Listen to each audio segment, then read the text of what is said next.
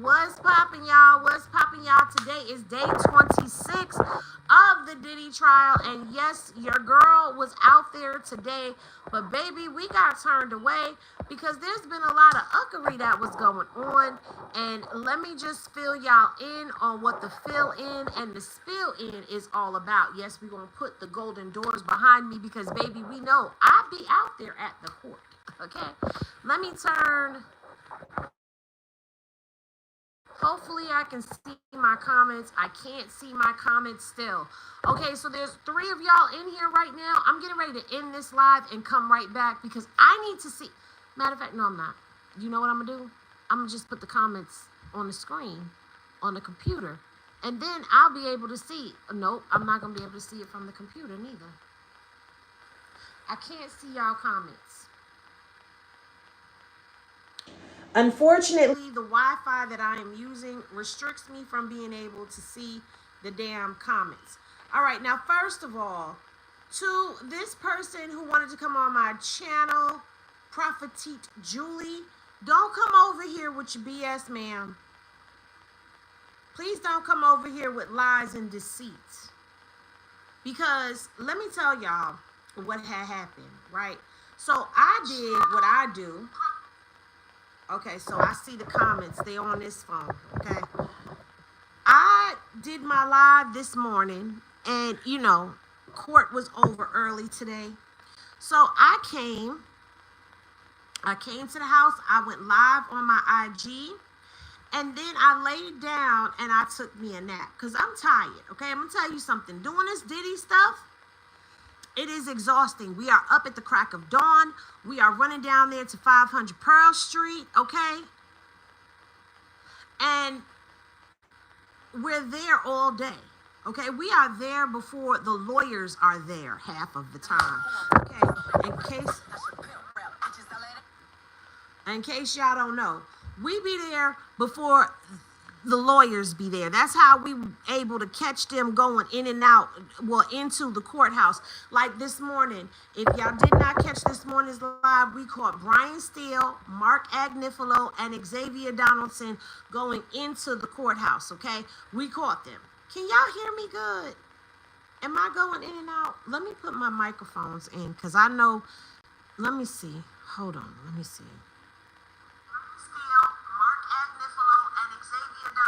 Oh no.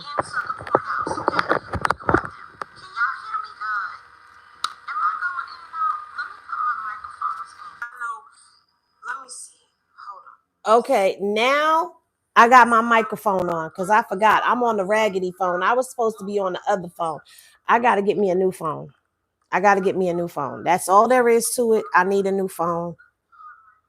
Okay, let's see how it sounds now. All right, there we go. All right, so we caught Brian Steele, Mark Agnifilo, and Xavier Donaldson going into the courthouse today, but we are there before the lawyers even clock in and begin to do what they do. All right, and then we are there well after they leave in order for us to be able to catch them when they leave the courthouse. Now, let me explain something to y'all. We be tired, okay? Then we got to go in there, and sitting through a court session is boring. Okay, it's boring, right? And sometimes it's a lot of information. You trying to take notes and write down what they saying and keep your thoughts together and all of that. It's a lot of work that goes into this. So when y'all are supporting these YouTube channels, not just my channel, but anybody's channel, make sure that y'all are double tapping that screen. Send them the gifts. Do what you do. Who I see you sliding up in here. Make sure y'all do all of that. David is in here, and David is saying that on June 19th that they will be having a free Diddy protest at 500 Pearl Street. So that means tomorrow there's supposed to be a free Diddy protest going on outside of the courthouse. Now, if you are a free Diddy person, that's a place that you may want to go to. I don't know if I'm going to go down there tomorrow because I need a break. Okay, I need a break. Other people can go down there and catch the content if they're going to catch the content. Me, I got to travel from Jersey, okay? A path, train, all of that. Shoo, okay? But anywho, so now today when we got into court, we just knew that we was going to have a regular day.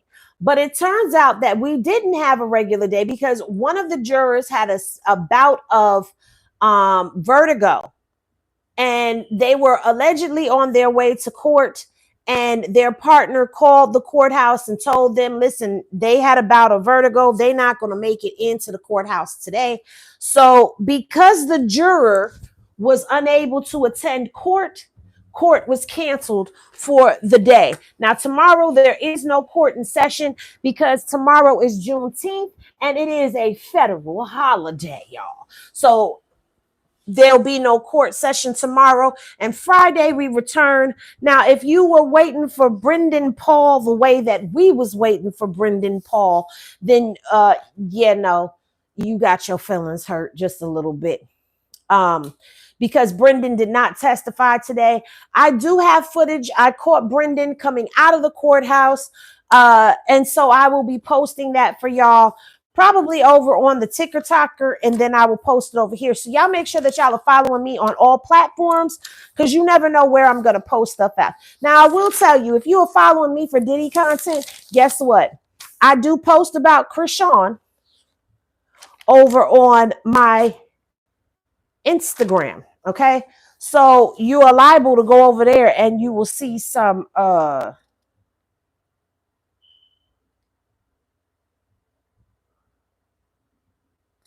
okay, this was all right. So this is today. All right. I have some notes from today that I'm going to get into with you guys so that you know what happened. All right. So I've already talked to y'all about the juror with the vertigo. All right. So there were 2 text message threads that the government was submitting into evidence today. Right. And why they were trying to submit this into evidence, first of all, my eyes are not better, but I'll take the glasses off because it's kind of bothering me that I'm inside the house with my glasses on. Anyway, so the text message threads were between D-Rock and OneTop. Okay. And Driscoll said that there was no proof that this was the OneTop that we've been hearing about in the testimony. You know, when Cassie testified to OneTop and Mia testified to OneTop, they were saying that there was no grounds to base this on, no foundation. And he was saying that it was hearsay, okay? But he said that there was, that the information that they received, it was not extracted the way that they had extracted the other text messages and data that they got off of the other phones. So he was trying to flag those as an objection, like, no, we're not putting those into evidence. But baby, when I tell you the AUSA came back and said the information came from D-Rock's phone, and there was enough proof that shows that it was OneTop that he was talking to, okay?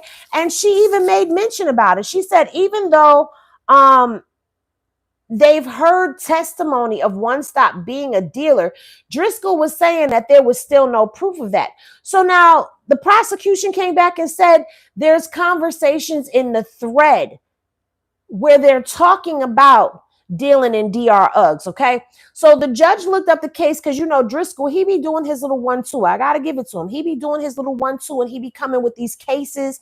And, you know, the way it works is if another judge ruled a certain way, a particular way on a particular item, then that's the way the next judge is going to rule on it. So that's why it's important when something comes up the first time and they've never dealt with that before, the way that a judge handles that first case is how most judges are going to proceed with those types of cases moving forward. Now, that's what I heard. We could say allegedly. But Judge Arun Submarinian did look into the case, and he, you know, he said that it wasn't the same thing.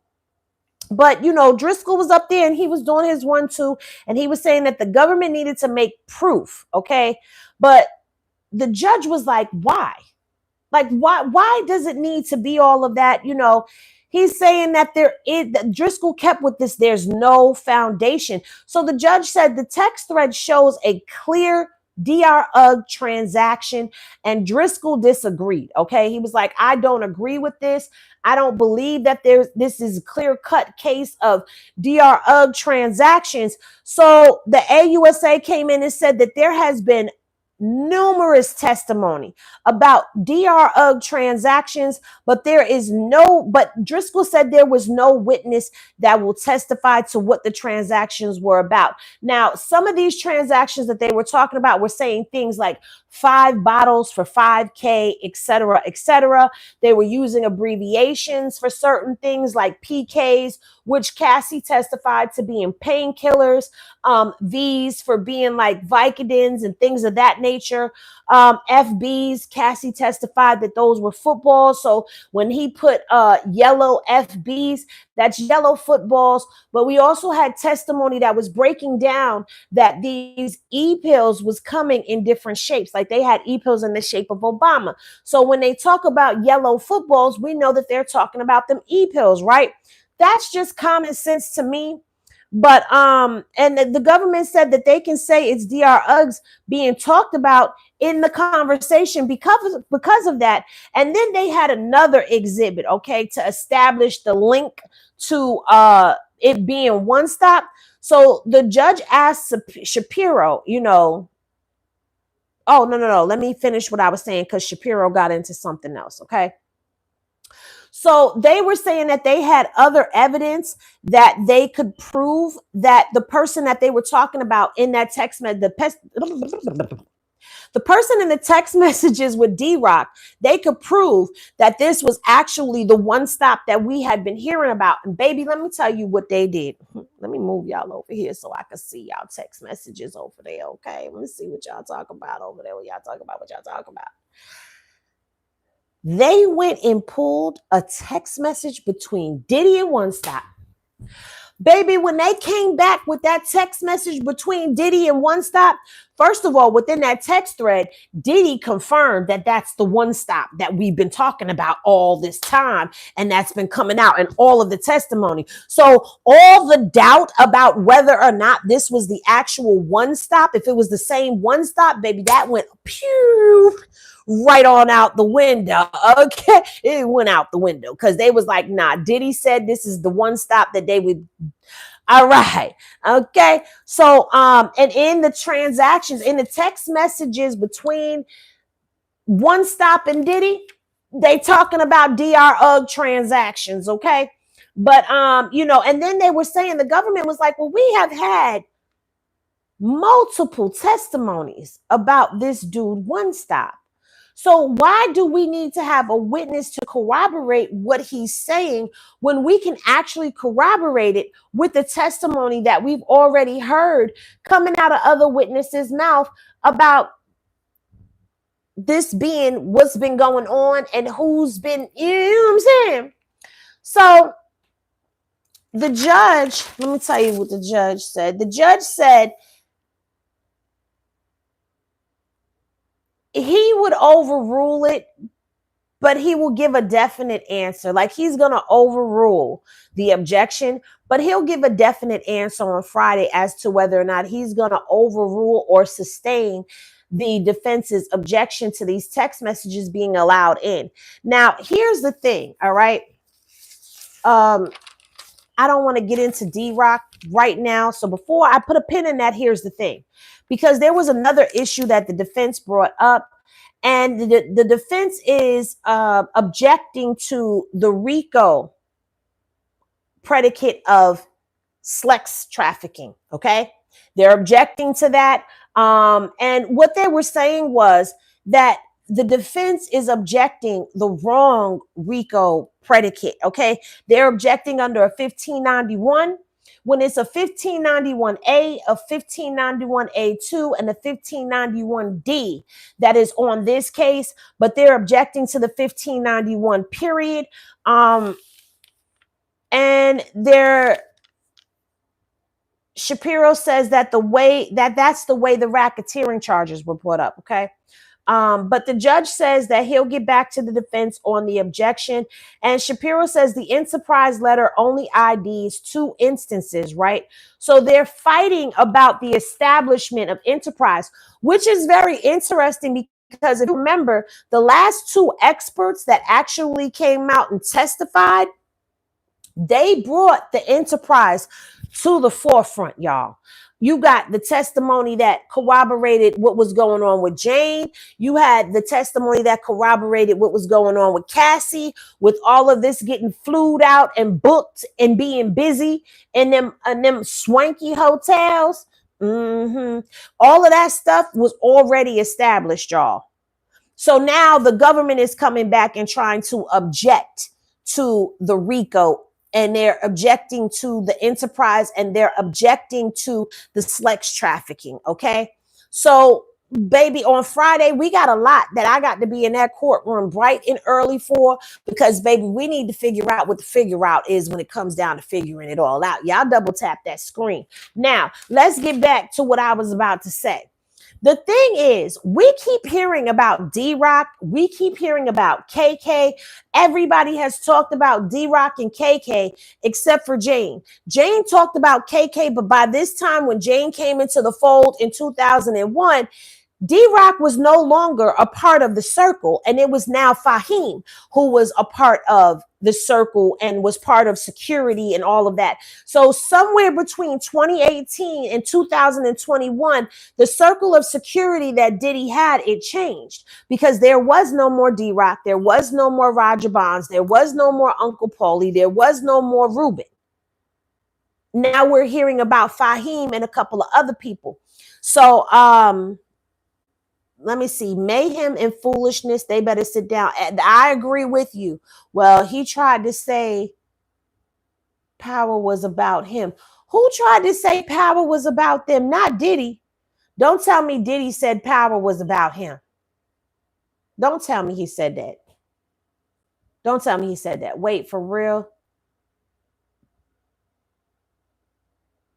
Wait a minute. What y'all talking in the chat?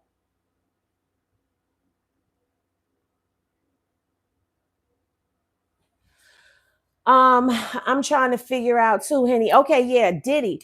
Diddy said power was about him. The lie detector test determined that was a lie. Diddy, you be listen, you want to be you want to be James St. Patrick, you finna go down like James.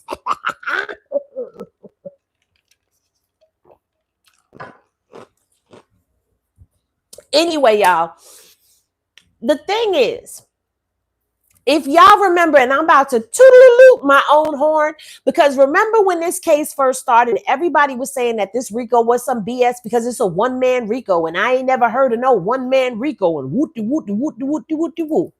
Y'all remember that old Henny came back, and Henny told y'all straight up and down, and y'all throw y'all Henny glasses in the chat if y'all remember that. Thank you for the stick. I don't know what was just thrown, but I seen them rubies jumped up. So thank you so much. I appreciate you. But anyway, y'all throw them Henny glasses in the chat if y'all remember when I told y'all in the beginning of this, when everybody was debating me about it being a one-man RICO and this being some BS, I came back and I said the reason that it was a one-man RICO is because the co-conspirators either got immunity or they worked out a plea deal. Y'all remember me saying that? I see them Henny glasses going up in the chat because I said this a long time ago. I was breaking down these RICO predicates before anybody else was opening their mouth saying anything about RICO predicates. They was trying to figure out how it was racketeering and where was this and whoop, whoop, whoop. And Henny been over here breaking it down for y'all by section. So I'm going to toot my own horn and give myself my own flowers because yes, baby, Henny's been on top of this, okay? So much so that if you follow me over on my Instagram, I told y'all that I have an announcement to make. I'm going back to school. I'm going to go do my paralegal studies. And I am going to be That Girl Henny, the paralegal.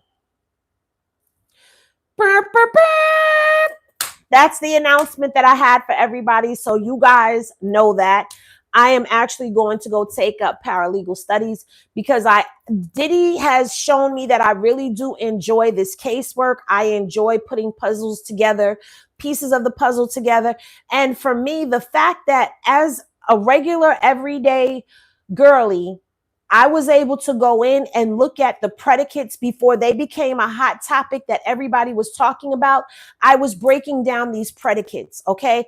Even so much so that some people that are actually in law didn't even realize that there were certain predicates that were being looked at in this case, such as dealing in obscene matters. People don't realize that that is a RICO predicate, and that with that predicate right there, that's how they're bringing these freak offs into the fold, okay? Because that is obscene and that is commercial sex. So your girl will be going back to school and I will be a paralegal. Yes, thank you very much. Thank you very much. Now, the fact that I told everybody that the co-conspirators had immunity, thank you for the high five sticker. I caught that one. Tooting my horn once again. Now, the only thing that I need to know is where are D-Rock and KK? Because let me tell you something.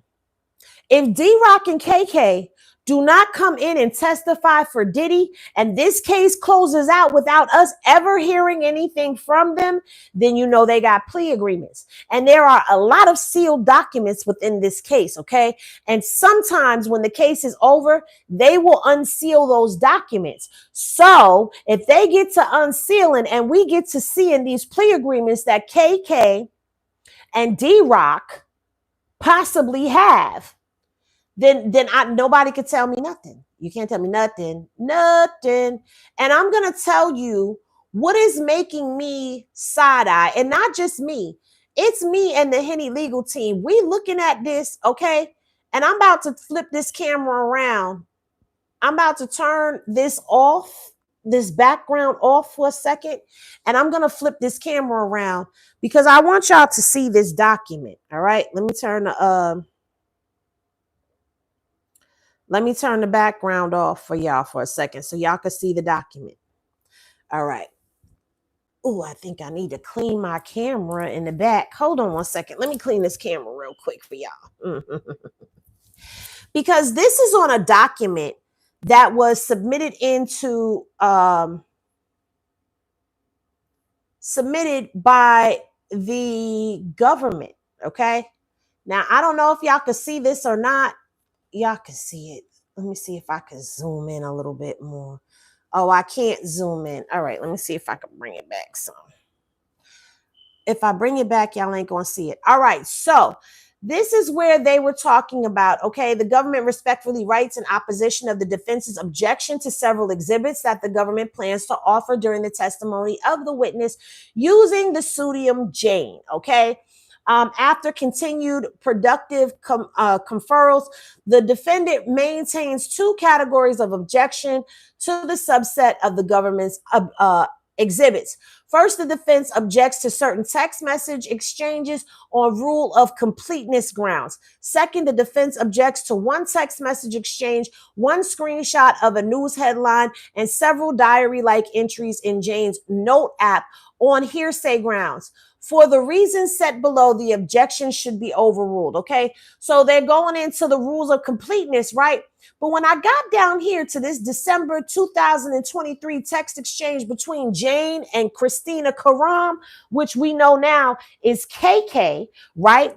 It says that during Jane's testimony, the government plans to admit GXC-251, which is a text message exchange dated December 28, 2023 between Jane and Kristina Khorram, KK, okay, the defendant's chief of staff at the time. The government, after the defendant threatened Jane with releasing recordings of her having sex with male escorts, the probative value of this exchange is apparent in our faces.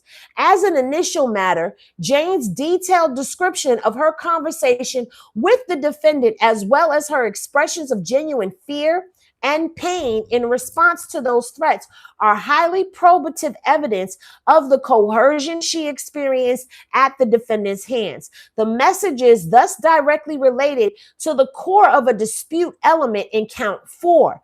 In addition, Ms. Khorram's receipt of reactions to these messages are extraordinarily probative evidence that she already knew about the defendant's sexual exploitation of Jane, given given her muted reaction to the text, and at the very least was on notice of that sexual coercion, which continued well into 2024. After receiving these messages, the exhibit thus tends to prove that, listen to this part, you guys. Listen to this part. Ms. Khorram, who the government alleges was a co-conspirator with the racketeering conspiracy charged in count 1, agreed to and did facilitate the defendant's sex trafficking activities. Now, did y'all hear that? I'm a little bit confused as to what they mean by what they just said, because what they just said in this document is KK, who the government alleges was a co-conspirator. Now, my question is, do you mean was as in is no longer considered a co-conspirator? Or do you mean was as in that's what she was at the time? Now, I'm thinking, after sitting back and watching this, I'm thinking that they mean as in the time frame, that at that particular time, she was a co-conspirator at that time. She wouldn't be a co-conspirator right now in the here and now in the present, because this is not continuing to happen. But this is where KK comes into play at. And this is why I say that if KK does not hit that stand for the defense, we know she's not coming for the prosecution, because the prosecution, they're closing their case out. Okay. And as a matter of fact, let me flip this camera around for y'all really quickly. Hello, how y'all doing? Y'all all in my face right now, but y'all all in my face because I put y'all all in my face. Don't be saying nothing and coming for me with my eyes, because my eyes are a result of my allergies. Okay. So, the government is coming to a close with their case. Okay.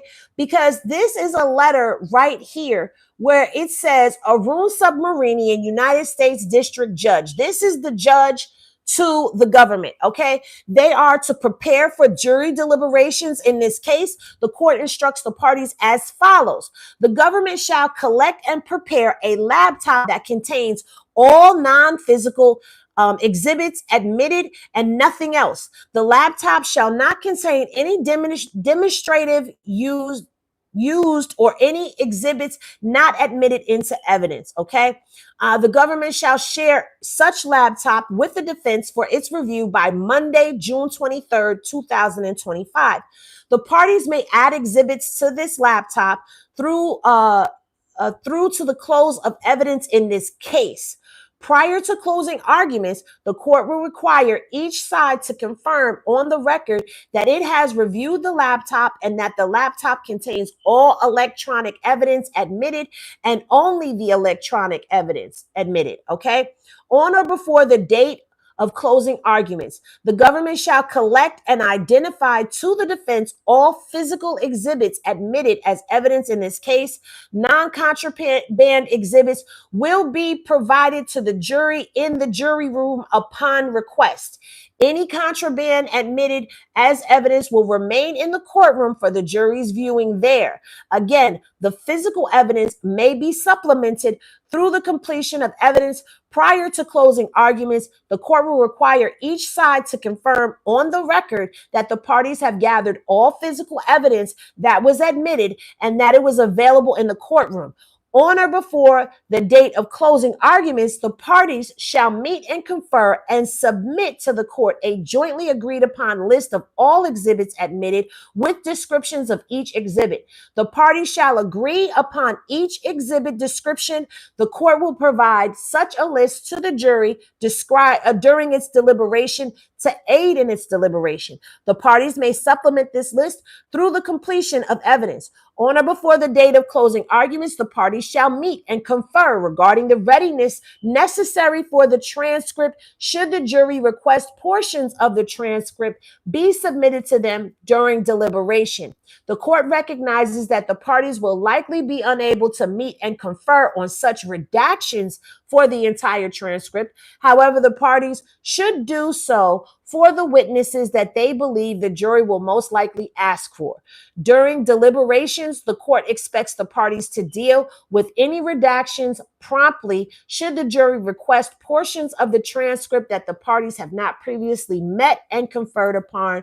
So ordered on this day today by Judge Arun Subramanian, you guys. So this is how you know for a fact that the government is coming to a close with their case. Okay, it's coming to an end. Their last witness is going to be Brendan Paul. That's their last witness. All right, and as you see, by Monday, June 23rd. They have to turn over all of their evidence into this laptop. Now, what does that mean, Henny? That means that the defense, if you're wondering why the defense is not doing it, the defense will be doing this as well when the defense closes out for their portion of testimony. But now, again, the defense has told us that they have like 3 to 5 witnesses that they're going to be calling, but they had turned in like this long list that the government was like, look, you calling all of these people, we're not going to be able to see all of these people before we end this case. Like, what are you doing? That's what they were asking. What are you doing? So now they're saying that they will be done by next week. So I'm curious as to who is coming to testify for the defense and why is it so little? Like, who are these people that are coming? Are they going to come and blow us out the water? Because we already know 3 of them, okay? 3 of the witnesses that are coming is Vashta, who was a part of the HR department during the time that Cassie was there, and Capricorn and George and the other guy, James, I forget his name, Daniel James. Him, or was that the escort? Child, I ain't got my other notebook in front of me. But either way, and Mia, okay, when they all testified, Dante Nash, when they all testified, that's who was in charge of HR at the time. So she's coming to testify. They're also bringing their own forensic psychologist in there. I guess she's a forensic psychologist, or she could just be a psychologist. Don't know. But that's who they're calling. And they're calling one more person in there, some type of expert witness they're calling. Those are the first 3 people they're calling. So who the last 2? Because if the last 2 ain't KK and D-Rock, I really don't care. If it ain't Young Miami, I really don't care. If it ain't Gina, I really don't care, because I don't see, well, let me not say I really don't care. I'm just going to say I'm not impressed. If they don't call KK, D-Rock, Young Miami, or Gina up there as them last 2 that they gonna do, I really don't know what's gonna happen with this case. Because yes, while I will admit that the defense did do a good job at trying to throw smoke and mirrors out there, they did. They really did. Y'all double tap that screen. Get them likes up, please. Get them likes up. Double tap, please. And thank you. The defense has done a good job at throwing smoke and mirrors out there, okay? Because I see a lot of people swaying with the narratives that the defense is putting out there.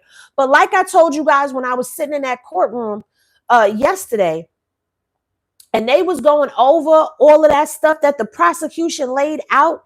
And when the defense came back, they came with that smoke and mirror. I kept reminding myself in my notes as I was taking them, like, don't get lost in the hype, because this ain't even about those text messages no more. We don't need to hear that Cassie was setting up flight arrange. Well, in the midst of getting these escorts there, when we've had text messages, honestly, all you did was show us the text messages that showed that Diddy was in the midst of all of that planning, because Diddy would tell her, I'll get the place, you get the entertainment, basically.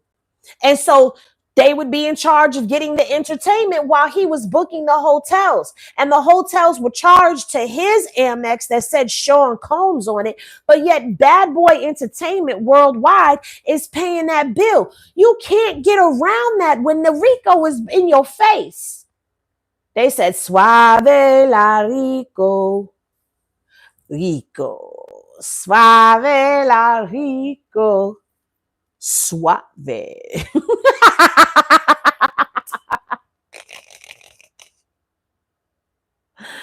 Oh, God. Official Dana J said, what's up, Henny? I'll see you soon again next week. Okay, girl. Listen, that's what they was in that court. The prosecution was suave. They were sitting there doing the dance and all of that, okay? And here came the defense, okay? Showing us, talking about what you didn't show all the text messages from that day. Baby, why you showing us that? That all that's doing is further digging him. To me, it further dug Diddy in a hole and showed that he was definitely involved in all of that. And what it did was back up the fact that these girls were not just setting all of this up completely on their own. Now, I will say this. At some point in time, the girls in the beginning, yes, they was with it until they weren't with it anymore. And that's the part that people really seem to be forgetting about. When a person tells you, and I'm not just saying women, because men have a right to change their mind too. When a person tells you that they ain't with the ish no more, you can't make them be with the ish no more when they not with the itch. And so when these people were no longer trying to be a part of it, what makes it force, fraud, or coercion in the government side. Now, remember, I'll be telling y'all from the government's perspective because the government is the one that's putting on this case. Now, when the defense comes, I'm going to break it down from the defense's side. So don't worry. Okay, don't worry. I'm going to give y'all all of it. I'm not going to be one-sided with it. I'm going to give it all to you. But what I'm saying is the defense to me, the force, fraud, or coercion, there was physical abuse that went on in Cassie's relationship. Cassie's relationship and James' relationship, two different things. Absolutely two different things. First of all, there is the aspect of the fact that there was a 17-year age gap between Cassie and Diddy to begin with. The power structures were imbalanced, all right? We already established that. Not only that, Diddy had Cassie's career in his hand, all right? Her whole career is in his hand.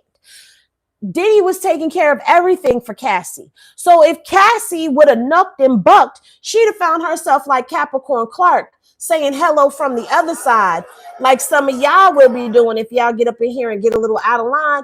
Yeah, my bouncers and my snipers like to hello from the other side people very rapidly, okay? So before I could even see what you said, you already hello from the other side. Yeah, anyway. So when you have all of that put into it, listen, let me just say this. When it come down to Jane, right? When it come down to Jane, I have a hard time with Jane. And I'm being honest with you. I have a hard time with Jane. She wasn't married at the time, Mukavelli. When she answered that phone call, when oh boy, Kevin Fine was calling her phone, FaceTiming her. They never established that it was a freak off, but she was sleeping with Diddy at the time. But it was never established that it was a freak off. And that wasn't her husband at the time. They were dating. So that's a fact. And I can pull the transcript and read it. Matter of fact, I am going to start reading the transcripts for y'all very soon. Okay. I'm going to start reading these transcripts. We're going to be on live all day. I'm going to put in 8 hours a day reading y'all these transcripts. And I am so serious. I'm so serious. Because Mukavelli, I'm telling you, she was not in a freak off. She was sleeping with Diddy. And the point that they were trying to make when it came down to that is Cassie slept with Diddy after he raped her.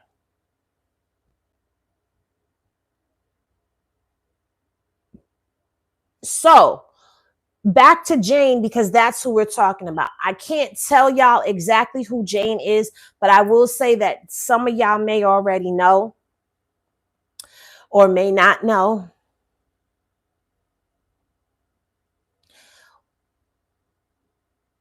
And you're entitled to that, Mukavelli. You're entitled to feel that way. Like, I don't, listen, you good. You can say how you feel, and I'm not gonna, but I'm gonna tell you what the truth is. And you saw I didn't have to say all that I just said, but I did, because that's the facts.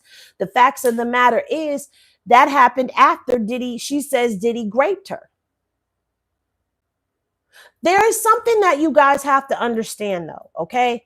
There is such a thing as mental conditioning. You guys keep forgetting about that part of it. There is a mental aspect to all of this that plays a part. Now, let's get back to Jane for a second. Henny, you gonna go back and sleep with a man who raped you? We're not talking about me. We're not talking about me. I'm not in that situation. And you know what? Honestly, there are women that are in marriages with men who abuse them and they grape them and they still sleep with them after the graping.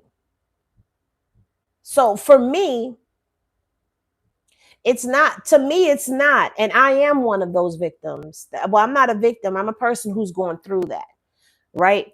You do make a valid point. However, comma, there are people. Yes, there are. Go look it up, Mook. I swear to you. One thing I'm not going to do is cap in my rap. I'm telling you the truth that there are women that are married to men who grape them and they still with them. Now we go into Jane. Jane, I'm looking at her lifestyle, who she's been connected to. And for me, in the beginning, it may have been something that she was introduced to. But at the same time, I feel like when she started saying that she didn't want to do these freak offs, these hotel nights anymore, and he started saying to her, well, then you don't want to live in that house no more. That's where the government is coming in and saying that it's coercion. Not only that, the government is using, I'm telling y'all right now, I'm seeing where it's coming from. The government is saying when she would say, I want to spend time with you, and he would say, okay, it's going to be just me and you. And then he get her there and it turns into a hotel night. That's the fraud, because you lied to her about the circumstances in which she was coming. Now, I'm going to tell you, I hear what I'm saying to y'all. And I know that a lot of this, because this was hard for me to wrap my head around when I sat down and started really putting this together. The way that they're formulating this RICO is changing the way that RICO is being put together. And I'm telling y'all now, Diddy is not going to be the last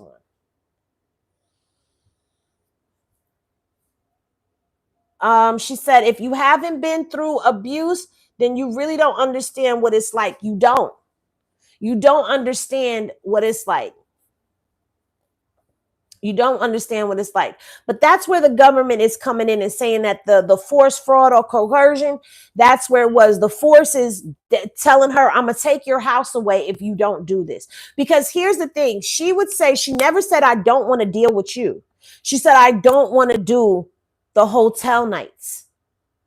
But to Diddy, in his mind, that's just as good as you saying you don't want to deal with me. So at the end of the day, he's like, you listen, then I'm going to take this house away. I'm telling y'all how the government coming at it, okay?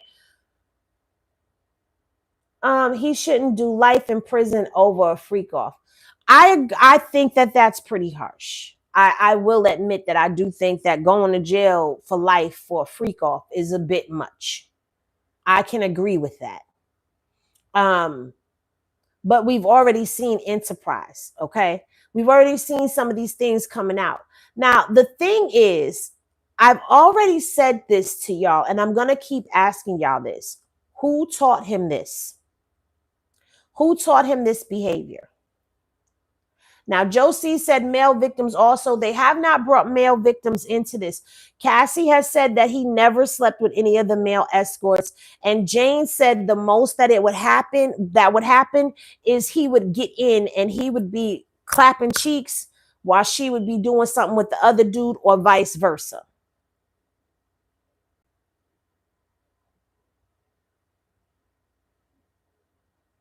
No, Mook, if she does it with somebody else. Now, she didn't do it. That's the, see now, Mook, I don't know where you getting the information from. This is why I'm going to go over the transcript. She was not involved in that freak off with that rapper. So let me tell the story about the rapper, all right? She was friends with the cousin of the rapper, right? She hit the cousin up like, oh, you know, his girl is pretty. Like, she's really pretty. She's really beautiful. So the cousin says, well, we going to Las Vegas to turn up for her birthday. You should come along. So it was her, the rapper's cousin, the rapper, and the rapper's girlfriend that got on his jet and went to Las Vegas. When they got to Las Vegas, they had dinner. They went to a play. They went to the strip club, and then they went to a rapper. That's the part that people forgot. a rapper's hotel room. And when she got in there, that's when she saw, is his name Anton? She saw him in there clapping cheeks with another woman while people was watching what was going on. She said she stayed there all of 20 minutes and then she was gone. But she never participated in the freak off. It was a freak off that was going on. I don't even know if it was a freak off, but they was freaking in the room and peoples was watching. But she was never implicated in the actual freak off. No, Josie, I didn't. I didn't miss that part, Mook. I promise you I didn't. I promise you I didn't. She wasn't in the freak off. She was not involved in the freak off. Diddy was pissed that she was there. And Diddy was saying, you went to somebody else's freak off. But she was never freaking off.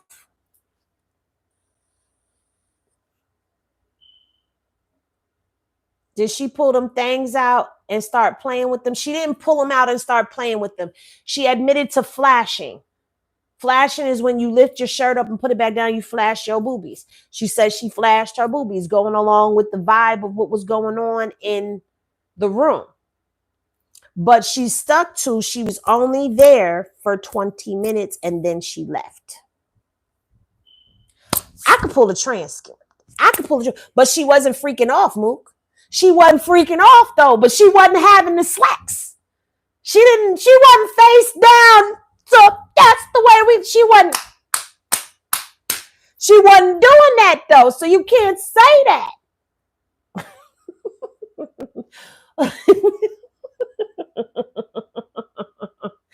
Mr. Shepherd, please go sit down somewhere because you talking out your booty hole right now. You just wanted me to say your name. Okay, you just really want me to say your name. I don't need. Bye, Mr. Shepherd. Can we hello from the other side, Mr. Shepherd? For not even hello, just time them out, please, for a couple minutes. These people ain't had no raising. My mama would have beat my grown. Okay, Amy, I'm trying to tell. My grandma would have rose up from her eternal slumber and got me. Okay, I'd have got a beat down from the ancestors. Okay. Now, Custom One, I can't speak on that because they didn't bring in any of the other allegations. They didn't talk about the people from Nickelodeon. The closest that we got to Nickelodeon was George Kaplan when he said that he came over from Nickelodeon to Bad Boy.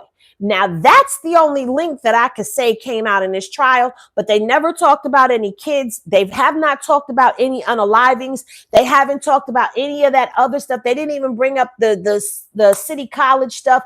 None of that stuff was brought up because, excuse me, that didn't happen during this time. So that's why you don't hear me talking about that stuff, because that wasn't a talking point in court.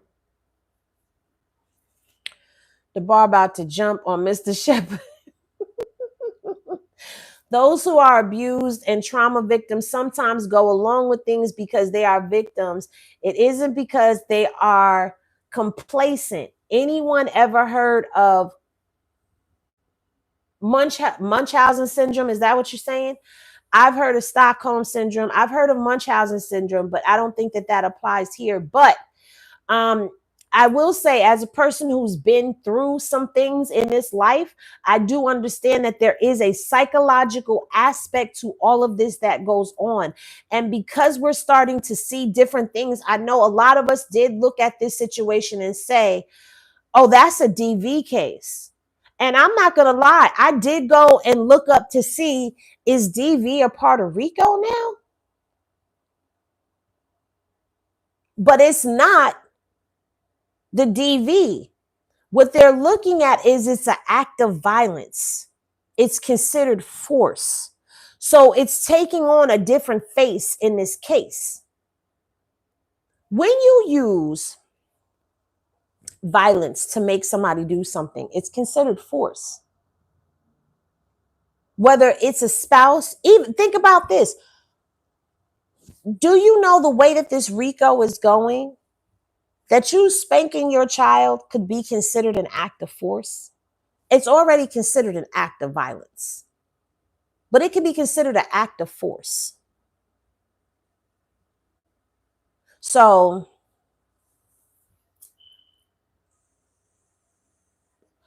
thank you, Mariana. I appreciate that. You know what I was thinking this morning? I believe TriStar was the one to throw Combs and his financial manager, Robin forgot her last name, Greenhill, under the bus. They kept the records and turned them over.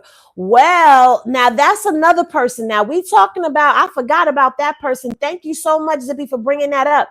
Because while we looking for KK and D-Rock, is Robin finna come and testify on Diddy's behalf? Yes, absolute power corrupts absolutely. I agree with you, Stonebrook Jones. All right, so Gold Digger is running it down.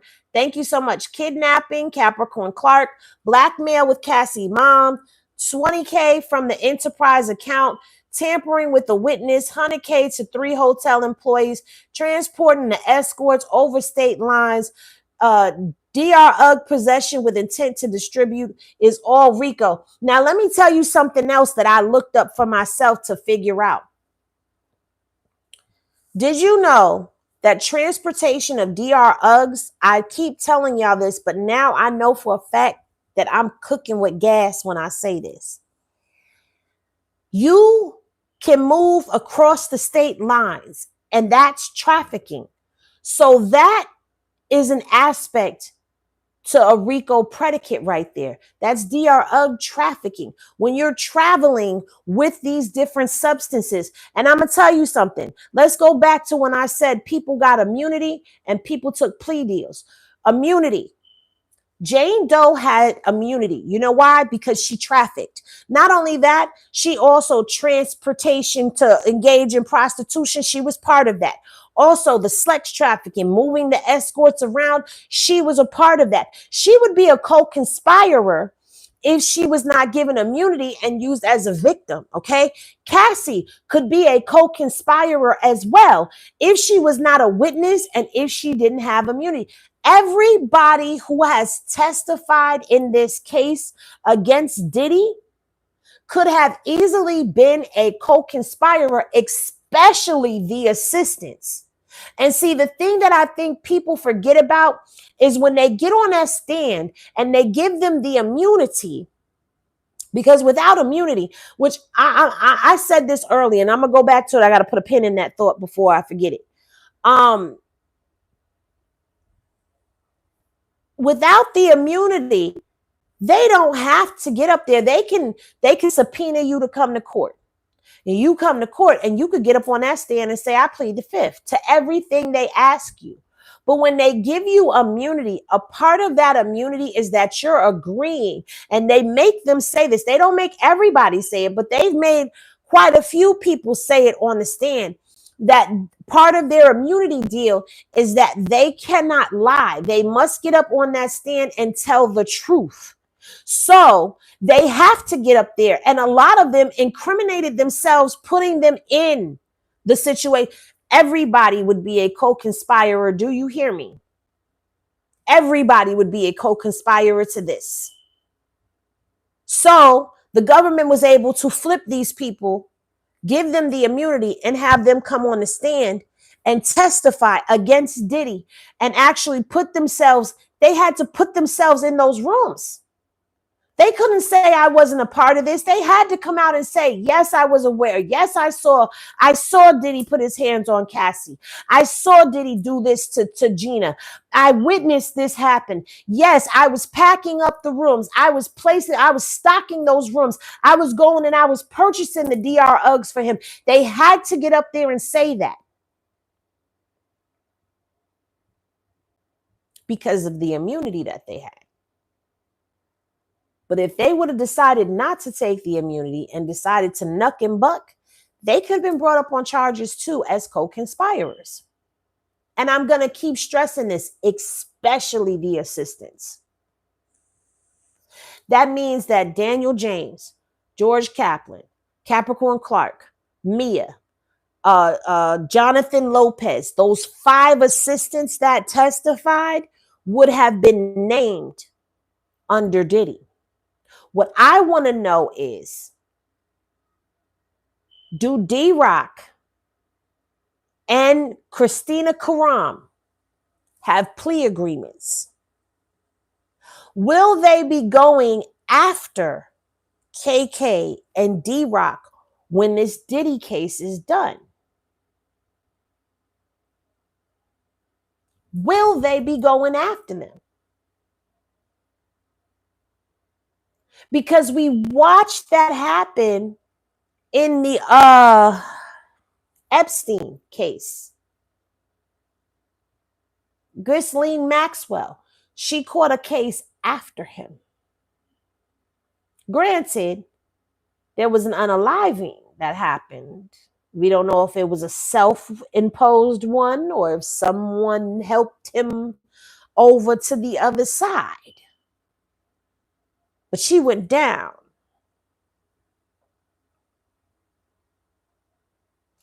But KK, she knows everything because KK was there from Cassie to Jane. KK was there. KK was there when he got arrested, y'all. Let's not forget that, because they confiscated 2 phones from KK. They confiscated a phone from her when they was over there at the airport. They confiscated a phone from her there. They confiscated a phone from her when they came and arrested Diddy at the hotel in New York.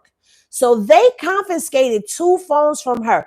And that means that KK has been around since the early 2000s all the way up to 2024 when Diddy got arrested.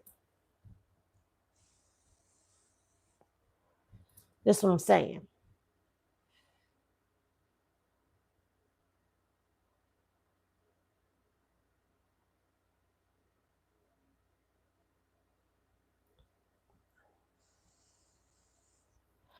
So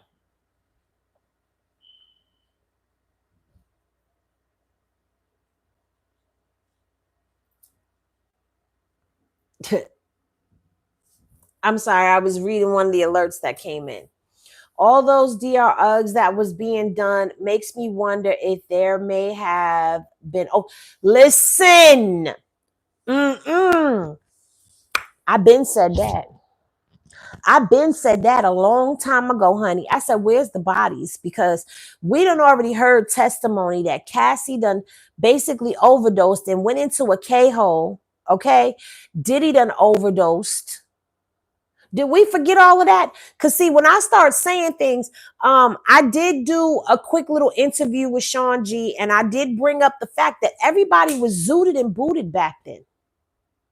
So if Cassie and Diddy have overdosed, who's to say other people haven't overdosed around them as well? We heard Jane testify to the fact that he gave the friend Tusi when they was there on the girls trip, when Diddy was messing with her friend.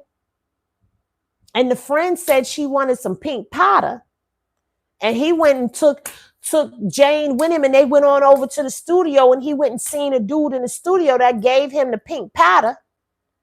The Nestle Quick. That's what we're going to call it. The Nestle Quick. Gave him the Nestle Quick, and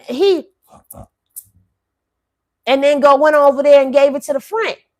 So the possibilities of other people ODing around them is very great. Now, what I'm also going to say, OneTop, thank you, A Charmed Life. OneTop was over there in the studio. Now, what I am going to say to y'all is this, because I was looking over Briana Bana. Back to what I was saying about this prophet lady that came on here. First of all, don't come on my page, and I'm saying this out loud. Don't come on my page spreading false narratives and then trying to beat me back as if you in that courtroom. If you are in this courthouse every day, then you know that I'm outside and you would see me, okay? You would see me out there. The property ain't that big, and it ain't but so many places that we could be. We're going to bump heads at some point in time, and you're going to see I'm out there. So don't try to come at me. There were no text messages between Cassie and Briana, or else they would have brought those text messages up in court. They never brought text messages between Cassie and Briana co-conspiring about the balcony incident. Okay. Briana told Cassie, you got the details wrong. Briana also told Cassie, don't put me in your lawsuit. And Cassie put her in the lawsuit anyway. Briana testified that when she told Cassie that she had details of the story incorrect, that Cassie's response was, oh, well.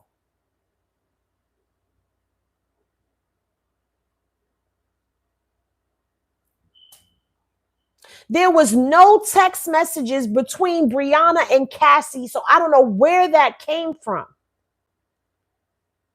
Briana did admit to having a conversation with Cassie about the situation, but this was after Cassie's lawsuit and after Briana had already put out her demand, which, by the way, Diddy tried to settle Briana's demand. He tried to settle that demand letter. We cannot negate away from that. When he got a hold of the demand, he had Rod Holiday reach out to Briana because Rod Holiday was cool with Briana and cool with Diddy. She said he FaceTimed her and he was in Diddy's backyard. And Rob said that Diddy wanted to settle that dispute with them, and he was offering her $1 million. That right there in itself tells me something happened, and he knows something happened, but all of them were getting so zooted and booted that they probably don't remember the day that it happened, but they only have that photograph from the 26th to go off of. But I still feel something happened because we had photos.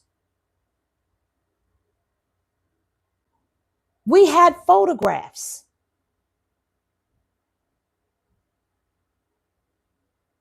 That's, you know what I'm saying?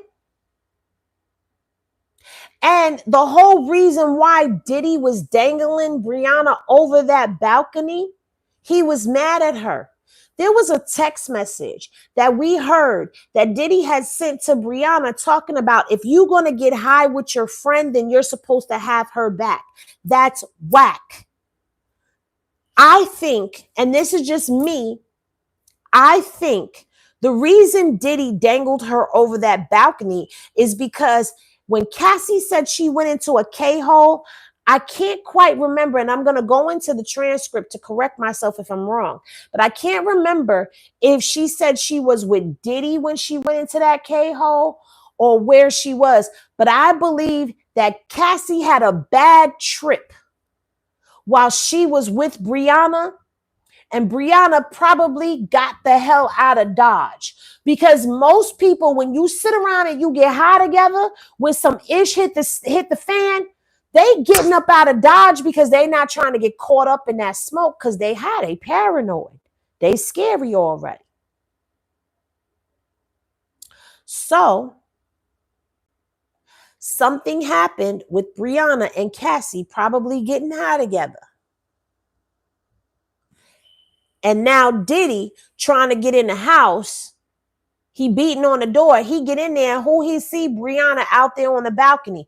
I'm already pissed with you about what happened with Cassie. I don't want you around her, but yet you keep coming around. I'm going to dangle you over this freaking balcony because you're going to stay away from over here. Because while he was dangling her, he kept saying, that's effed up. That's effed up what she did, basically. And I'm paraphrasing. And then threw her into the patio furniture.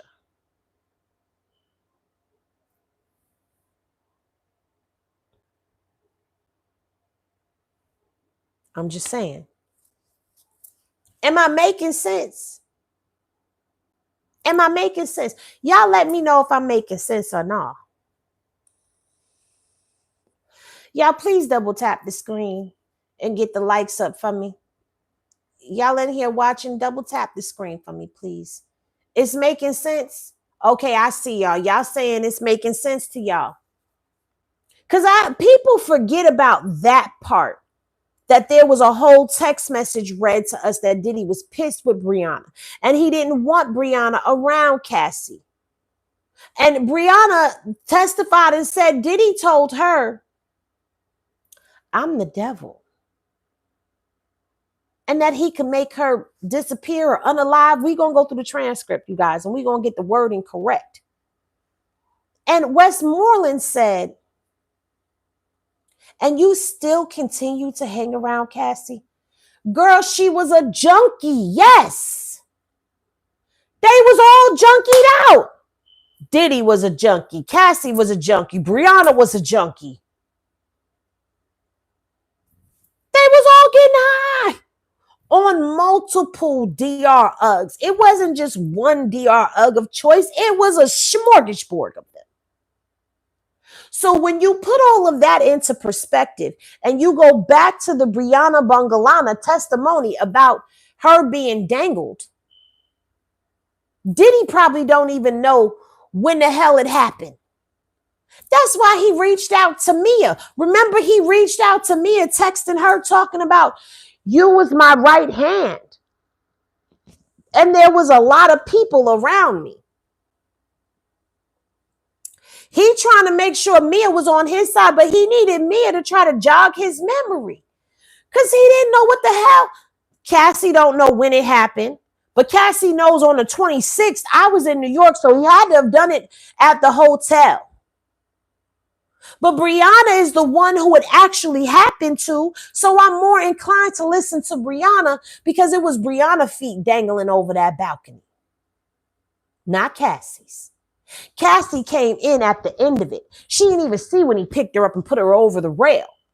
She caught him bringing her back over the rail and when she went into the furniture. So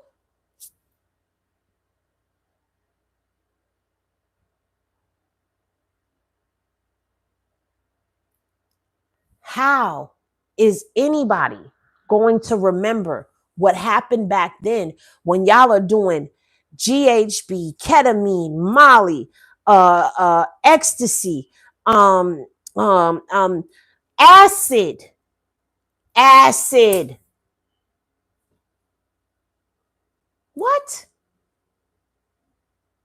And if Diddy didn't do anything to Briana, he would not have been offering her no money.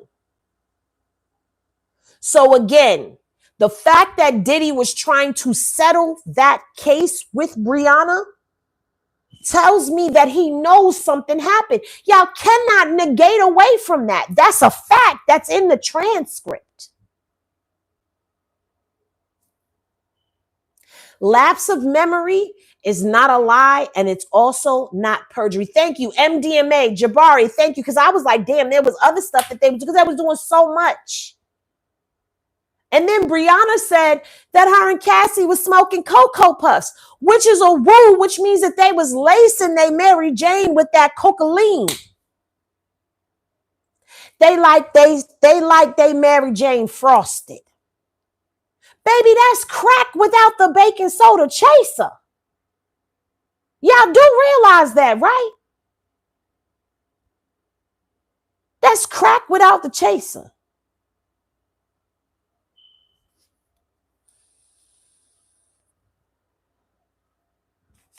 And y'all gonna tell me that if I say that they was junkies back then, that I was wrong for that?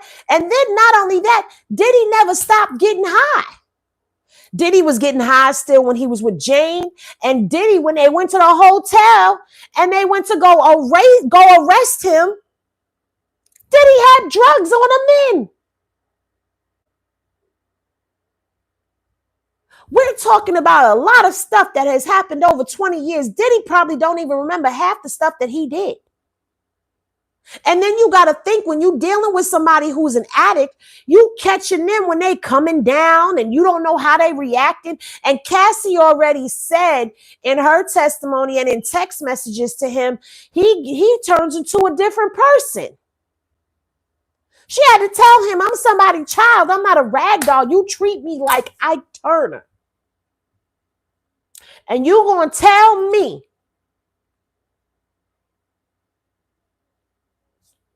that Cassie case is not different from Jane Doe's?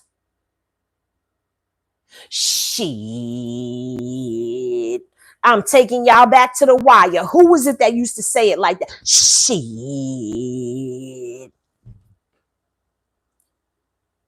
Shit me. They said you need to be part of the juror.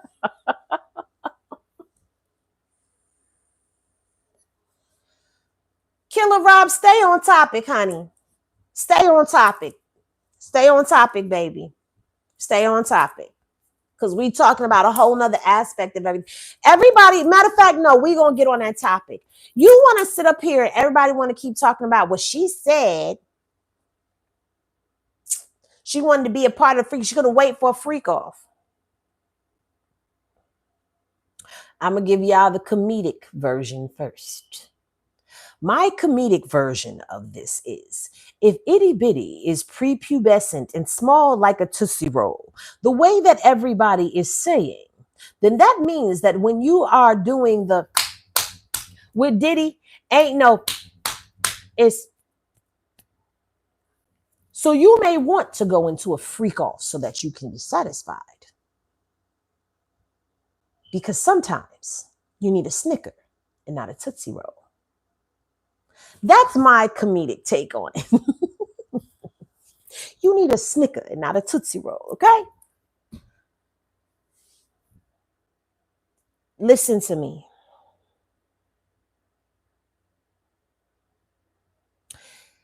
There have been times that was funny. That was hilarious. Sorry you didn't find it funny, but it was hilarious.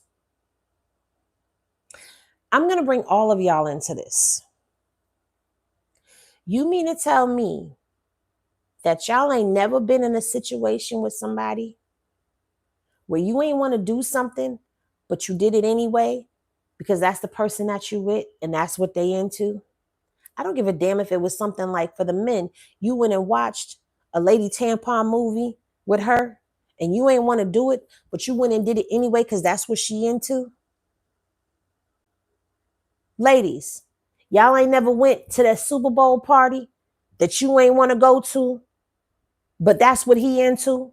So you went anyway. You ain't never not felt like going in the middle of the night with your partner, but your partner wanted it. So you rolled over and gave it to them. You mean to tell me that you ain't never did that in your life? Let me ask another question. You ain't never been in a relationship, have you? Where you've been in DV, where you're mentally held captive because you've been programmed? You do understand that DV is about the mental. It's mental before it's physical. The physical is used to reinforce the mental. Let me explain something to y'all. And I'm going to get real funky with y'all for a second. In a relationship for 7 years. 7 years in a relationship. Me. The man was everything that I was not getting in my previous relationship. He had time. He listened. He moved himself in like my best friend. All the time that I was talking and feeling so comfortable. Feeling so comfortable with him. What I didn't realize was the reason why he was comfortable about me speaking on the things that hurt me the most is because I was laying out the blueprint for him. Every conversation that we had was laying out the blueprint for him because in that particular point in time, I was prey and he was predator. Salute to Smoked Out TV in the chat. And I was so gone off the fact that I had someone I felt so close to. And this is not something for just the women, because there's men in here that have gone through DV as well. So feel free to chime in at any point in time. Those getting to know you conversations, it was case study for him. And then one day the rug got slipped from underneath me and my buttons started getting pushed. Because now he's learning what makes me tick, what's going to make me go over the edge. And before I knew it, this very same man that was Prince Charming, that was everything in the world that I thought I needed, the mask slipped and I got to see the monster. And I'm standing in the mirror, swooping my bang over my forehead to cover up knuckle prints. I'm using foundation and powder on my face to cover a black eye. I'm lining my lips and putting on darker lipstick than what I usually wear because I have a busted lip. I'm covering myself in clothing. It's hot outside. I got on long sleeves and pants because I got bruises on my body. And I'm sitting in this situation wondering, how the hell did I get here? And so you know what I did? I started doing things to try to keep the peace in the house. See, when Dr. Dawn Hughes got up on that stand, I had to walk up out of there for a second and get me some air. Because I was having flashbacks, especially when she broke down how you will be so consumed with keeping the peace that you do not think of escape. That's not even an option to you at that time because you are so bogged down and caught into this situation. You're just trying to keep the peace. You're trying to do everything that you can do to bring that person that you fell for back to the forefront. Escape is not even an option at that moment. When you deep in the throes of it, and when you attempt to leave, the ramifications behind that. You get out, you still being harassed, you still being stalked, you're still in a nightmare, but now you're outside.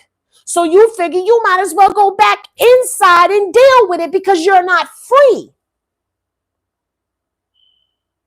You want to know when you break free? When you're totally broken.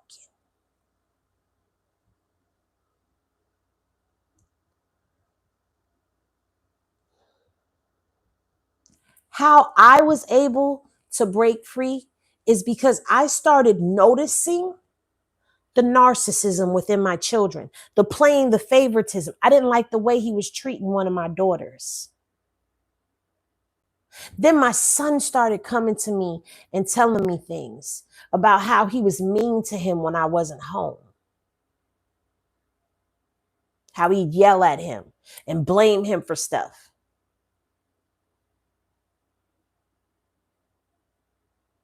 My kids are what made me get up out of that situation.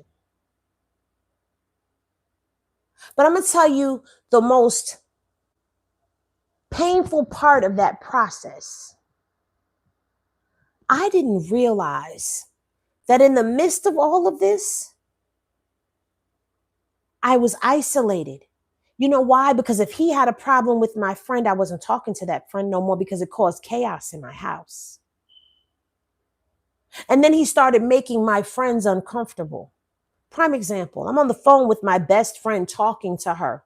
Didn't even know he had come into the house. And he picked up the phone on the other end and was listening in on our conversation. And he heard something he didn't like and he spoke up. And I instantly got off the phone. My friend was scared to get on the phone with me anymore because it caused a problem in the household for me. We fought that night because he didn't like what I said. I had one friend that stayed by my side through all of it. Through all of it, I had one friend that stayed by my side. God rest her soul. But I was isolated, and my mama was miles and states away, and my daddy was in Click Click City, and my brothers were scattered about, but the main one that would have came in and dumbed out for me was overseas in the army. I was completely isolated. Completely isolated.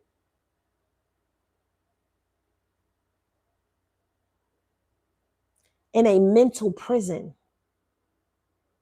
Do y'all know what that's like? So when we start talking about psychological warfare,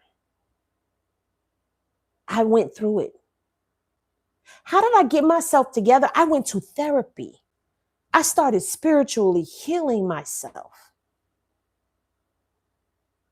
And I started learning about how domestic violence, it's mental.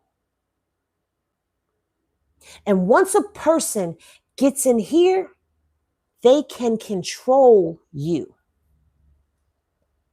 That's not fiction. That's for real. That's fact, not fiction. You become a shell of who you once were. I will never be the woman that I was before that situation happened in my life. But I look at what I went through because I had to go through that so that I can be a voice for others to come out of that. What I will say to you is, I ain't going to sit up here and just because a situation is a situation, I'm not going to sit up here and not look at the facts. I'm not one of those people. And you're right. Thank God I did survive, because there was times I almost didn't. Y'all don't know what it's like to have somebody bring you within an inch of your life, choking the life out of you. You don't know what it's like to be struggling and fighting with somebody over a double-edged hunting knife. You don't know what that's like to fight for your life and be scared at the same time. Y'all don't know how that mentally screws you up in your head. I'll never be that woman again that I was prior to, because it changed the very essence of who I am, the fabric of my being. So when I tell y'all that there is a psychological aspect to the things that I see that happened in this case, not just with Cassie or Jane or Mia, everyone around went underneath some type of psychological trauma being around this environment. You can't tell me nobody had psychological trauma watching some of the stuff that they had to watch. Why you think George Kaplan got up and left the job that he wanted to be at so damn bad? Because he couldn't take it no more. Thank you, Unicorn Farts. She said, thank you for sharing. You're welcome.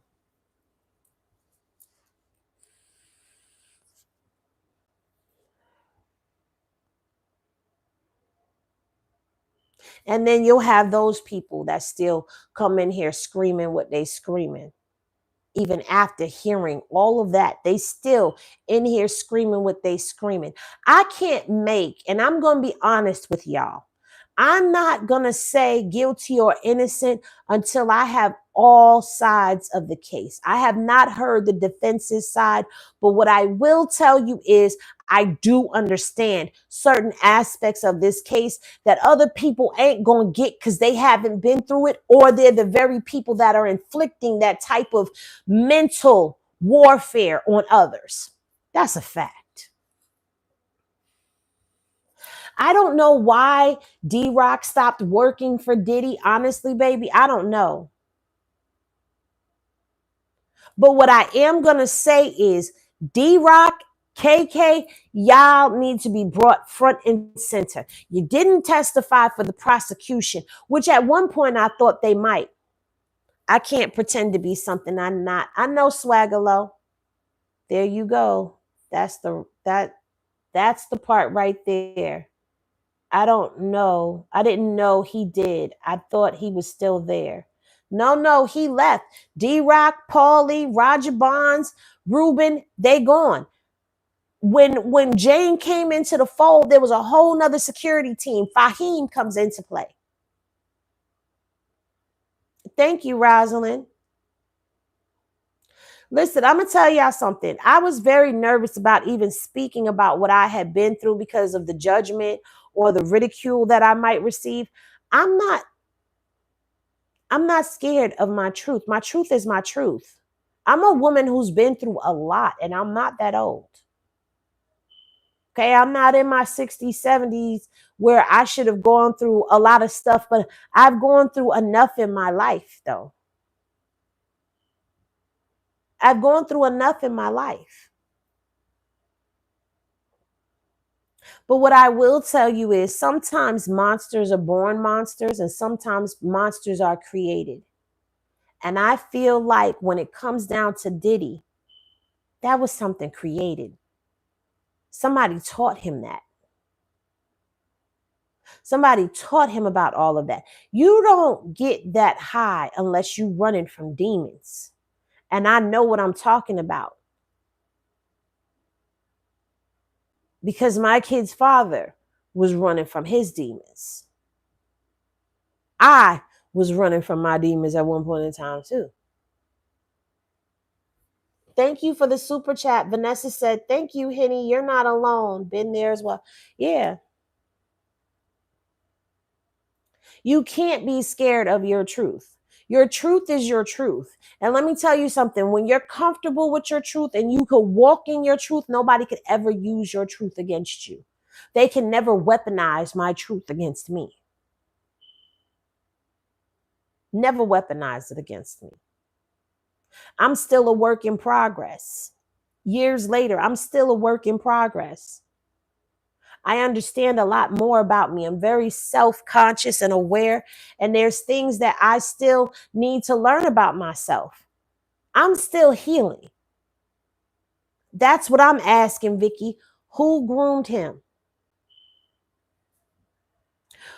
Who taught R. Kelly? R. Kelly went through a lot of stuff too. Listen, again, it's a cycle. But what I will say, there are psychological aspects there in everyone who has testified. Capricorn Clark broke down crying on the stand. Ain't nobody really talking to y'all about that part. When Capricorn got up on that stand and started talking about when she left Bad Boy, and she talked about being blackballed, and she has an autistic son, and she ain't been able to get no job. Why they kept going back to work for Diddy? Because there was nowhere else to go. They was blocked off from every which way.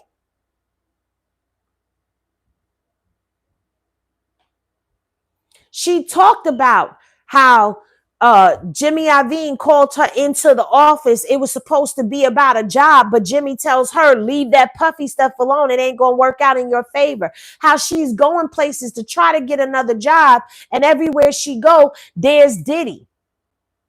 There's Andre Harrell.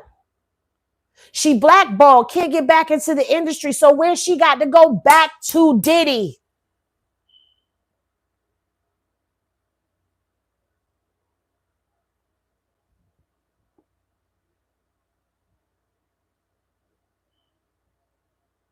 That woman broke down crying when she started talking about being blackballed. Is anybody telling y'all that that woman broke down crying?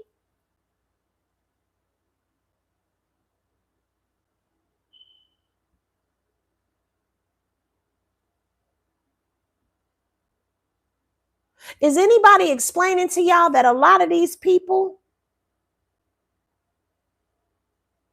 were in fear of being blackballed? Did anybody tell y'all about how Mia testified to the fact that Diddy told her when Capricorn Clark was gone, he told her that she was going to have to testify against Capricorn Clark.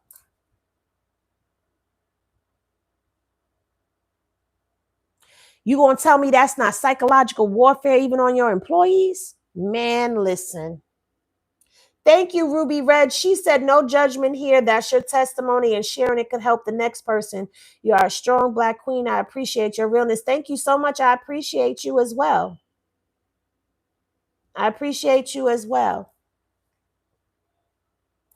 Listen, I'm glad I'm not famous. I'm glad I never went down that road my damn self. Do you hear me? When you lack the funds to care, oh, okay, that was going, so you must have said something that you wasn't supposed to say. Or that my peoples knew was going to set me out. That you, and if you do it again, you're going to be helloed from the other side. Because this type of timing that I'm on right now, I'm not here for the uckery and the BS, because I'm bearing my soul to y'all. I'm telling y'all what I saw out, and I've never really expressed any of this to anybody about what I witnessed on that stand with each person who testified. Each person who testified still somewhat pledged their allegiance to Diddy. Still, George Kaplan got up there and said out his mouth that basically, and I'm paraphrasing him and summing it up in one little couple of statements I'm going to say. He basically said that the work environment, thank you so much, welcome to the bar, that the work environment was so stressful for him because he had never been exposed to any type of stuff like that. No DV, no violence against anybody. He's never been exposed to that in his life. And as much as he loved his job, he had to leave because it was too much for him. George Kaplan said that out of his mouth. And then he turns around and praises Diddy after that and says that he was a god amongst men. But you just said this very man who gave you the job that you wanted for your dream made your job so uncomfortable, and you just couldn't be there no more because of the behaviors that he was displaying. But you turn around and say that he is a god amongst men and that you respect him.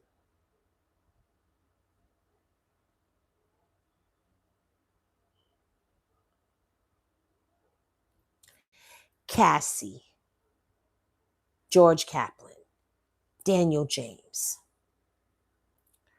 Mia. Capricorn Clark was the only one that did not. Mia, Jane, George, what's that guy named? Jonathan Lopez.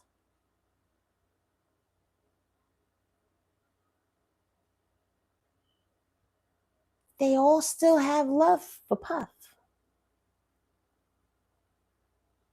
Even after all of the horrific things that they witnessed or experienced, they still had love for Puff. What I'm going to tell you, though, about Mia, though, Mia is in therapy. Cassie is in therapy. Jane is in therapy. Capricorn Clark is in therapy. People are in therapy behind all of this. And with Mia, the fact that she never once looked over at Diddy, not one time, she ain't sit up high with her head held high in that court answering them questions. Dawn Richard did not say that she still had love for Puff from what I saw either. But all of these other people came into the courtroom and they sat with their back straight and their head held high, except for Mia and Jane. Jane, she was kind of, I don't know. You know what I'm saying? That's a little different. She got a little vixen in her. Okay? She got a little vixen in her. Mia didn't look nobody in the eye like that.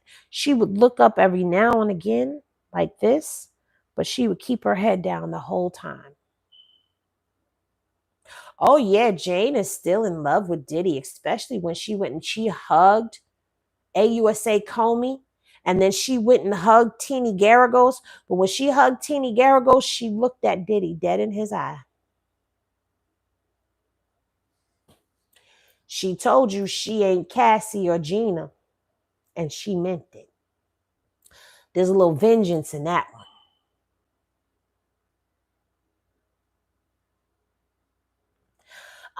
Zippy, I don't know. The defense was saying that they might call him to testify. I don't know if Alex Fine is going to go in there and testify. I don't know how that's going to work out for them. That's his wife that they're talking about, who just gave birth to their third child. Let's keep it real. I can't read that. I can't read that, A Charmed Life. I can't read that. I cannot disclose who Jane is. I cannot confirm nor deny that by orders of Judge Arun Submarinian. I cannot. And please don't say any name in the chat. I would love to talk to y'all about that, because when I'm able to confirm, then we can have a real conversation. But I can't confirm because I can't even give any hints as to who she is. Because they are watching YouTube channels. They are watching the YouTubers that are coming in. And I'm not trying to be put out of the courtroom, especially not this close to the court case coming to an end, allegedly. Yeah. The court will say, you have been helloed from the other side. I'm not about to be helloed from the other side by the courthouse, y'all. I'm not finna no. No. Whoa. No, she did. Gabe, she did. I saw it. Yes, she did. Whoever told you that was a lie is lying to you. I seen it. I seen it for myself. I watched her do it.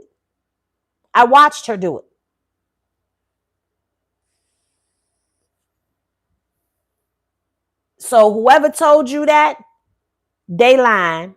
They lied. 333 in the chat. That's the second time, well, third time that I've seen that today.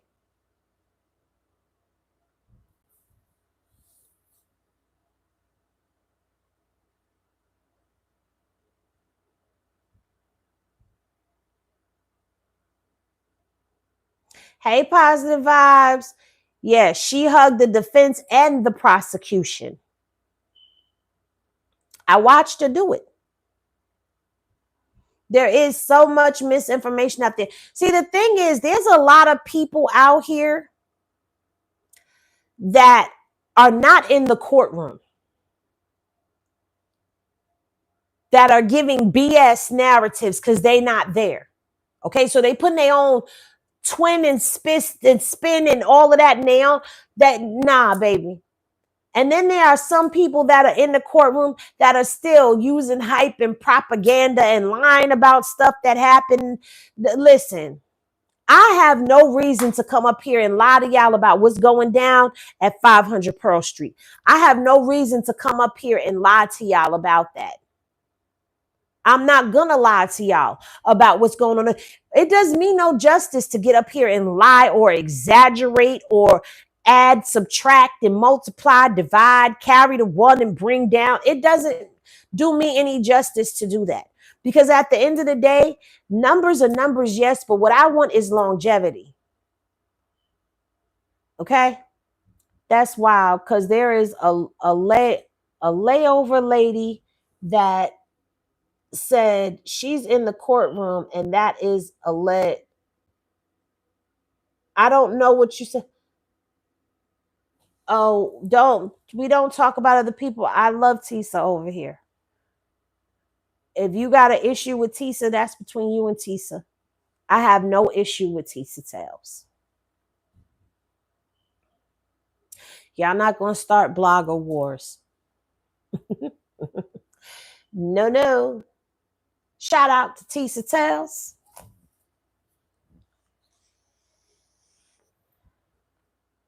Pretty earrings, honey. Thank you. Thank you, Pooh, the producer.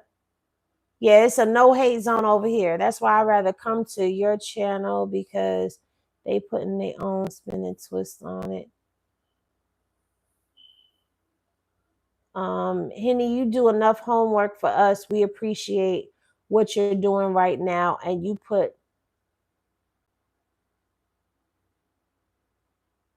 the soul suspense on it too, like a story. Oh, I feel you, but this a lawyer lady that claims to be in there and said it is illegal to do that. I believe you. I'm just confused. I don't know if it's illegal or not, but she did it. Yes, she did.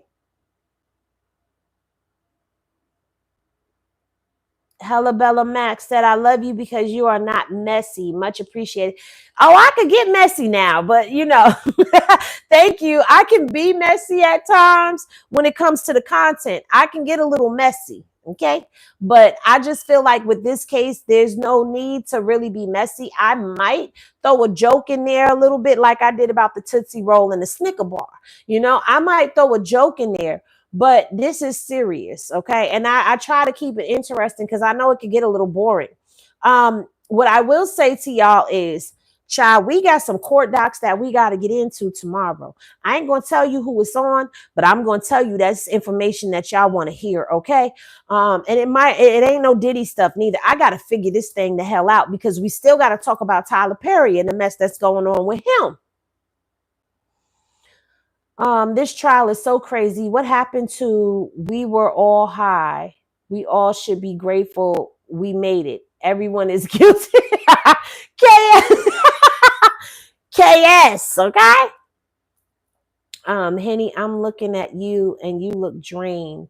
This trial is taking a lot out of you. Oh no, melanated beauty, my allergies are flared up. So my eyes look like that. I look like I'm tired, but I'm not. It's just my eyes are swollen. Like the puffiness is down more than what it was before because my eyes were worse. My eyes were really worse. Like they really look bad, but they still a little swollen. And then, it's allergies, baby. Trust me, it's allergies. When I get off of here, I'm going to bed. Heads in beds. Because I got a whole other channel I got to do because I got to go over there and I got to go talk about Coercion. Child. A mess because Carlissa over there cutting up. But anyway, that's not what we're here for. We're here for the fact that I'm talking about Diddy. Yes, I did the Benadryl. I do Claritin in the daytime and I do Benadryl at night and I am eye washing and all of that. So yeah. No content creators in the chat. Right. No content creators in the chat. I think he's ruined whether guilty or innocent. My other channel is Straight Henny Media. I do gossip over there. That's where I be messy at. Henny got them good spirits surrounding her. Thank you, Swagalow. I had to take it for 10 days. Yeah. Zyrtec, I might have to switch on that Claritin. But listen. We done talked about KK. We done talked about D-Rock. We done talked about everybody. And before we leave out, somebody had asked about juror number 6. And I'm going to say this because my phone just said, girl, you at 10%. I'm going to cut you off. But juror number 6, I feel how I felt before. I don't feel like it was a race thing so much as it is that it was a mouth thing. He should have never opened his mouth and said nothing to nobody, and we would have never been here. Juror number 7, your text message that was sent to you by a number that you claim you didn't know when it turned out to be somebody that you knew. Like, come on now. We all the way in the 9th inning and y'all want to start messing up. Then we had the juror today that had a bout of vertigo and the court case was closed down. Listen, it's a lot of hoopla that's going on with these jurors and I'm going to need them to get it together because I do not want to hear mistrial and this got to start all over because I'm going to tell y'all right now, I'm not staying. I ain't staying if it's a mistrial and they got to do it all over again. The only way that I will stay here is if the crowdfunding pays for me to be here. Now, if y'all are paying for me to be here, then I'll stay here. But other than that, I ain't asking y'all to dig down in your pockets and do not nothing. Every now and again, I'll say hit the Cash App, because, I am out of town and I'm saying I ain't thugging with no rounds. So hit the Cash App, $2 here, you get 400 people in here. Everybody send me $2. I'll be good. You know what I'm saying? But, $1. Everybody cash app $1 that's in this live. I mean, if you're saying everybody just give $1. That's all you got to do, $1.02 a day will keep Henny out here and on her way. But I don't be asking y'all for nothing for real. I'm grateful for all that y'all do by coming in and tapping in and hitting that like button and staying active in the chat. I appreciate y'all. But yeah. So that's been the recap for today. Court will resume on Friday, and we will be working tomorrow, honey. Okay, we got stuff to talk about. All right. So y'all be good how y'all be good. It is now midnight on the East Coast. I appreciate y'all. When y'all rest well. Thank you so much. I appreciate y'all for all that y'all do. Thank you to the Henny Snipers. Thank you to everybody that's in here. Blessings to all of y'all and good night.